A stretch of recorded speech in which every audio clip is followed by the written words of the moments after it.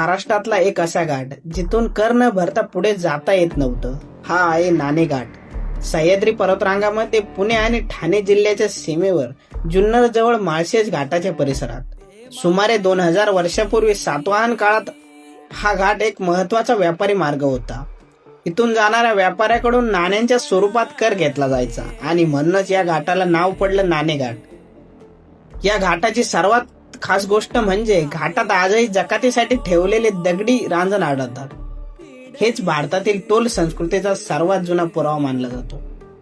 दगडात कोरलेली व्यवस्था, शिस्तबद्ध कर प्रणाली त्या काळातील प्रशासन किती प्रगत होतं याची साक्ष देतात.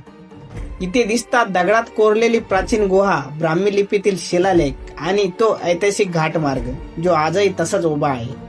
इतिहास, ट्रेकिंग, पावसाळ्यातील हिरवाई, ढगाचा समुद्र आणि शांत अनुभव घ्यायचा असेल तर नाणे घाटाला एकदा तरी नक्की भेट द्यायलाच